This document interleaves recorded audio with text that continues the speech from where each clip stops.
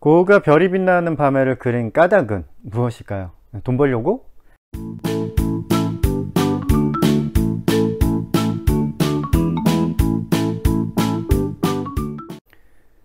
안녕하세요, 반갑습니다. 뉴욕에는 좋은 미술관이 많습니다. 보통 뉴욕에 여행 가시는 분들이 맨해튼에 가면 들르는 미술관이 메트로폴리탄 미술관입니다. 정말 엄청나게 크고 넓은 미술관이고 뉴욕을 대표하는 미술관입니다. 하지만 메트로폴리탄 미술관이 너무 커서 오히려 구경하기가 힘듭니다. 좋은 작품이 많이 있지만 넓은 장소에 막 군데군데 포진하고 있기 때문에 보고 싶은 작품을 다 보려면 다리품을 많이 팔아야 합니다. 다리가 많이 아프죠. 안 그래도 이제 맨해튼에 가면 많이 걸어야 되는데 미술관에서 하루 종일 걷는 것은 되게 힘든 일입니다.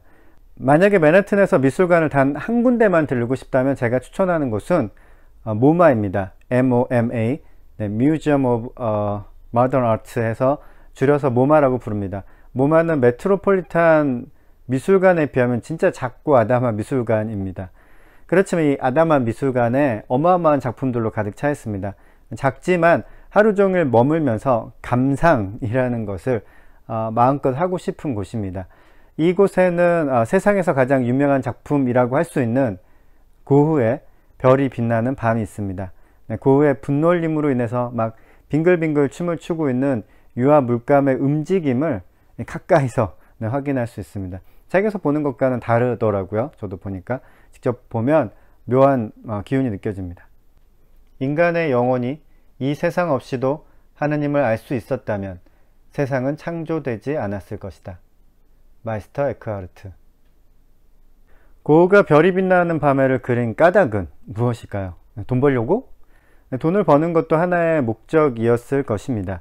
살기 위해선 돈도 필요하니까요. 하지만 고흐가 단순히 돈을 벌기 위해서 그림을 그린 것은 아니겠죠. 네. 고흐가 별이 빛나는 밤을 그린 이유는 자기 자신을 표현하기 위해서일 겁니다. 자신이 누군지 나타내기 위해서 자신 안에 있는 것을 밖으로 이제 꺼낸 것이죠. 자신의 작품을 통해서. 식물이 꽃을 피우는 것은 수정을 하고 열매를 맺기 위한 것이기도 하지만 그것이 전부는 아닙니다.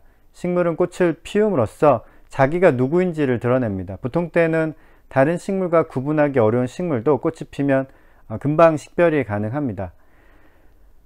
하느님이 세상을 창조한 이유는 무엇일까요?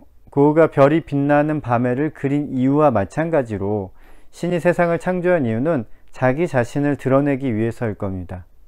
별이 빛나는 밤은 고흐 자신은 아니지만 사람들은 별이 빛나는 밤을 통해서 고흐를 알 수 있습니다. 별이 빛나는 밤과 같은 작품이 없었다면 우리가 어떻게 고흐를 알고 이해하고 고흐에게 닿을 수 있겠습니까? 이 세상도 그 자체가 하나님은 아니지만 우리는 세상을 통해서 하나님이 어떤 분인지 알 수 있습니다. 이 세상이 없었다면 우리는 하나님이 어떤 분인지 도통 감을 잡을 수 없었을 겁니다. 그래서 이 세상은 하나님의 작품입니다. 사람이 태어나서 살고 있는 이 세상은 하나님의 작품 속이죠. 사람은 사는 동안 평생 신의 마음과 손길을 감상하게 됩니다.